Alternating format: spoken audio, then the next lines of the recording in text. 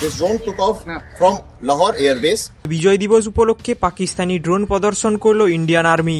এটা তুর্কির তৈরি ইহা-3 kamikaze drone, যা পাকিস্তান কিনেছিল। অপারেশন সিন্দুর শুরু হওয়ার পরই পাকিস্তানের তরফ থেকে 400-র বেশি তুর্কিশ ড্রোন পাঠানো হয়। উদ্দেশ্য ছিল ভারতীয় বিভিন্ন সামরিক ঘাঁটি ধ্বংস করা।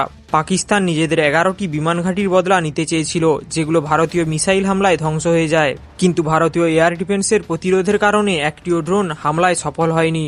প্রথমে S-400-এর মতো এয়ার ডিফেন্স ব্যবহার করে বর্ডার পারানোর আগেই ধ্বংস করা হচ্ছিল ড্রোনগুলি, যেগুলো পাকিস্তানি সাধারণ জনগণ ভারতের ড্রোন ভেবে উৎসাহিত হয়ে ভিডিও ক্যাপচার করছিল। আসলে যা ছিল তাদেরই ইহা ড্রোন।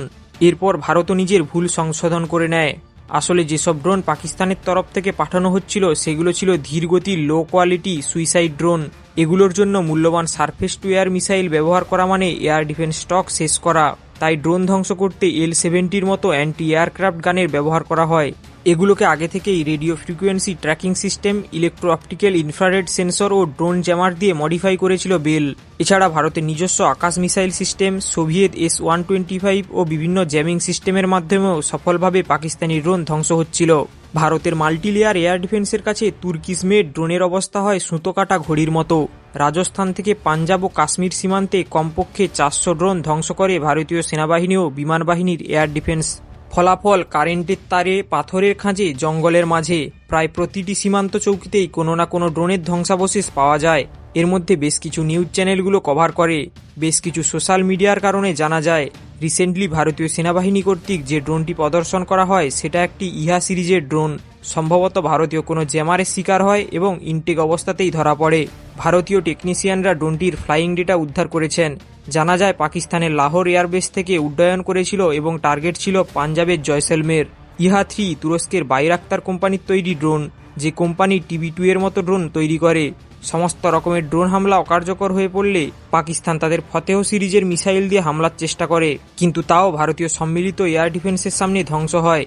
এই ফতেহ মিসাইলের ধ্বংসাবশেষ পরবর্তীতে পাঞ্জাবের কৃষকরা উদ্ধার করে। ভারতের মাল্টিলেয়ার বিশিষ্ট এয়ার ডিফেন্স এরকম লো কোয়ালিটির ড্রোন অনায়াসে ধ্বংস করতে পারে। যেসব ড্রোন আমাদের সাধারণ অ্যান্টি এয়ারক্রাফট সিস্টেম দিয়ে ধ্বংস হয়, বাংলাদেশ ও পাকিস্তান এগুলোকেই বিশ্বমানের অস্ত্র বলে পরিচয় দেয়।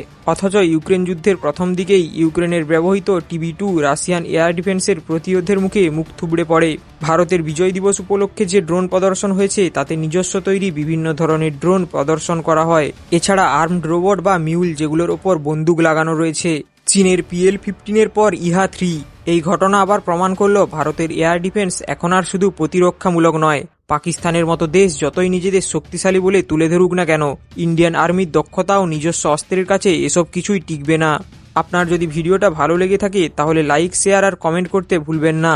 আর এমন আরও তথ্য সমৃদ্ধ ডিফেন্স ভিডিও দেখতে চ্যানেলটিকে সাবস্ক্রাইব করে রাখুন। ধন্যবাদ।